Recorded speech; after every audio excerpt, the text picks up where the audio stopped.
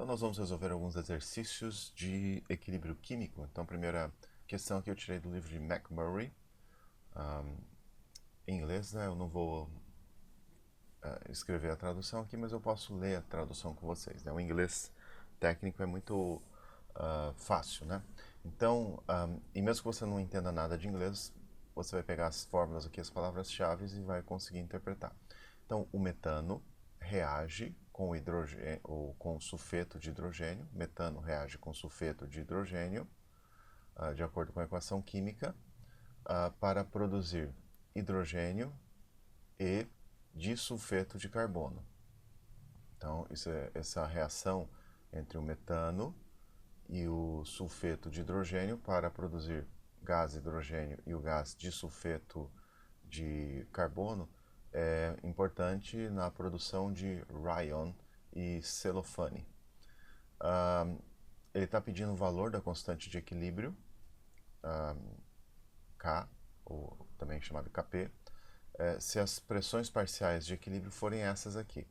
Então, para o metano, essa é a pressão parcial de equilíbrio. Aqui para o sulfeto de hidrogênio, aqui a pressão parcial de equilíbrio para o disulfeto de carbono, e aqui a pressão parcial de equilíbrio para o hidrogênio. Então, primeiramente, você precisa saber escrever a expressão para a constante de equilíbrio. Eu costumo simplesmente colocar o K, mas muita gente usa Kp, muitos autores usam Kp para expressar a constante em termos de pressões parciais, né?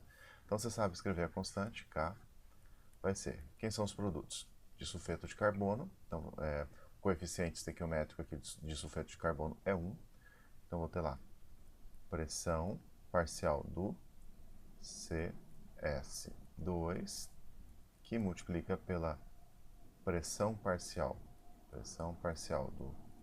H2, isso aqui elevado à quarta potência, porque 4 é o coeficiente estequiométrico do hidrogênio aqui, que é o produto. Quem são os reagentes? Metano, então pressão parcial do CH4,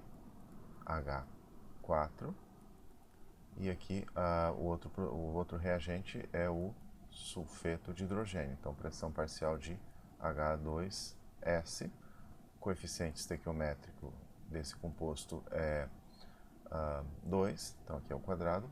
Eu vou tomar essas pressões parciais como sendo adimensionais, então fica implícito que a pressão padrão aí é 1 atmosfera. Então a pressão padrão é igual a 1 atm para esse exemplo.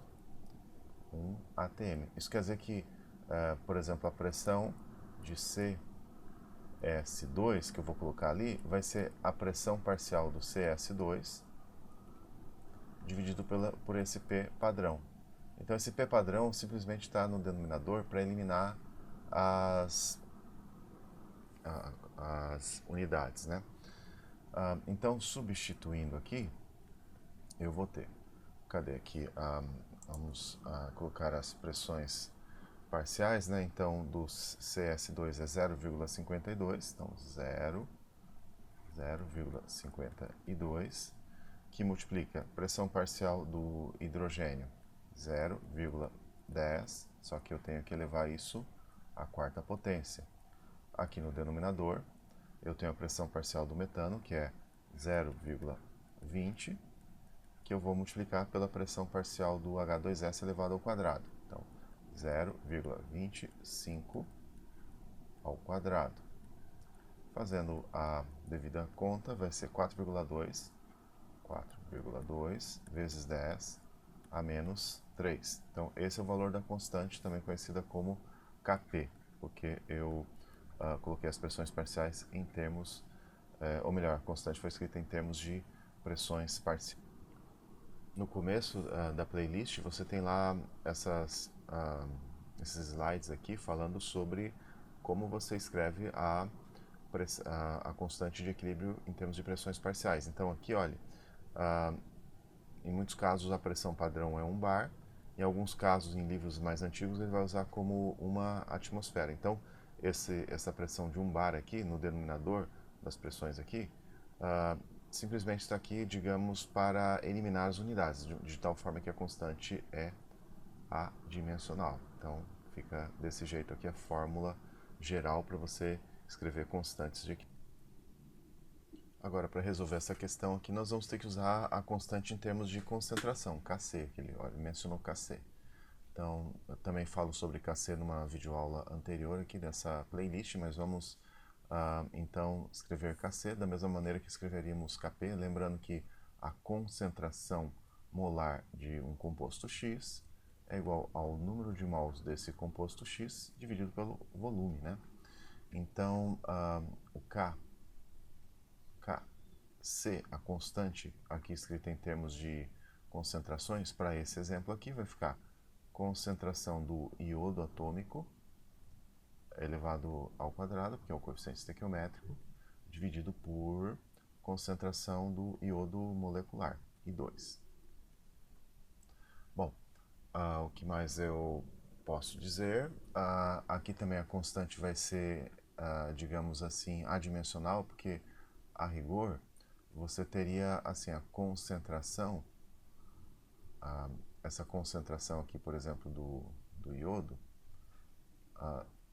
seria igual à concentração do iodo dividido por uma concentração padrão, digamos assim. Então faz referência a um estado padrão. Deixa eu mudar aqui um pouquinho a letrinha. Então eu poderia colocar, por exemplo, dessa maneira, concentração padrão. Então essa concentração padrão aqui seria igual a 1 mol por litro. Então isso tornaria Kc adimensional, ou seja, 100 unidades, né? Então vamos lá, vamos fazer a continha. Então, primeiramente nós precisamos ler o enunciado, claro. A dissociação do iodo molecular, tá aqui, em átomos de iodo, representada por essa equação. Então, do lado esquerdo você tem um reagente, iodo molecular, ou seja, I2, e do lado direito você tem produtos, ou seja, iodo atômico, átomos de iodo. Cada molécula de iodo se decompõe em 2 átomos de iodo. Você tem a quebra de uma ligação covalente. A 1000 Kelvin, a constante de equilíbrio para a reação vale isso aqui, Kc, né? Suponha que você parte de uma quantidade inicial aqui de iodo, de uma concentração inicial de iodo, ou melhor, desse número de mols inicial aqui de iodo, nesse volume. Então nós vamos ter aqui a concentração inicial do iodo, que vai ser, então pus o zerinho aqui subscrito para dizer que é a concentração inicial. O número de mols, 0,0456 mol, dividido por volume, 2,3 litros. Então, essa concentração inicial do iodo molecular, I2, fica, pelas minhas contas, 0,020. Agora eu preciso fazer uma tabela das quantidades que reagem. Então, eu preciso de um pouco de espaço. Eu vou apagar um pouquinho aqui. Você já sabe como escrever a constante de equilíbrio.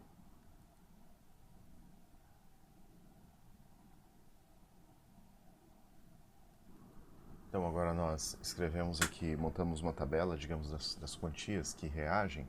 Vou reescrever a equação química aqui. Então você tem o iodo molecular, I2, a reação química em equilíbrio aqui, né? Então você vai ter 2 iodo atômico. Então vou montar essa tabelinha aqui com as minhas colunas. Então vamos ver aqui. Aqui nessa coluna bem à esquerda eu vou pôr as concentrações aqui. Então até vou escrever aqui concentrações. Concentrações. Bom, não está tão bom assim. Eu vou precisar de diminuir um pouquinho a caneta aqui para ficar mais fácil para vocês entenderem. Então aqui eu vou ter concentração inicial. Aqui nós vamos ter o que reage de reagente e o que é formado de produto. E aqui nós vamos ter as concentrações de equilíbrio. Então vamos fazer, nós já temos a concentração inicial do I2, ou seja, 0,020 mol por litro. Não temos nada do iodo atômico, né? Quanto reage de I2, né? Vamos precisar montar uma tabelinha. Digamos que reaja X mols por litro do I2. E detalhe, olha a estequiometria aqui. Eu tenho o número 1 aqui e aqui eu tenho o número 2. Então, para cada X mols de iodo molecular consumido, eu tenho a produção de 2X mols de átomos de iodo. De tal forma que a concentração final aqui vai ser 0,02 menos X mol por litro, que é o que reagiu aqui do iodo, e aqui vai ser 2X. Então nós temos aqui o Kp igual, na verdade é Kc, né? Está usando aqui concentrações, né? Então Kc vai ser igual a concentração de I ao quadrado sobre concentração de I2. Então ele quer saber as concentrações no estado de equilíbrio. Então vou ter que substituir o que nós temos aí. Deixa eu mudar de cor aqui. O que nós temos? Nós temos a constante de equilíbrio. Então isso aqui, substituindo, vai ser 3,8 vezes 10 a menos 5 igual a 2x, que seria a concentração do iodo atômico, só que eu tenho que elevar ao quadrado. E aqui embaixo eu tenho 0,020 menos x. Então agora eu resolvo isso. Isso aqui vai ficar 3,8 vezes 10 a menos 5 igual 4x ao quadrado. E aqui embaixo 0,020 menos x. Então, nós vamos fazer a álgebra disso aqui. Fazendo a álgebra disso aqui, nós vamos ter, então, 4x ao quadrado mais 3,8 vezes 10 a menos 5x menos 7,5 vezes 10 a menos 7. Isso é igual a zero. Uma equação de segundo grau, você usa a famosa fórmula de Bhaskara. Você sabe que você pode ter uma raiz positiva e uma raiz negativa. A raiz negativa é descartada, porque não faz sentido você falar em concentrações negativas. Então, pela minha continha aqui, o x deu 4,28. Deixa eu melhorar esse 4 aqui, que não está bonito.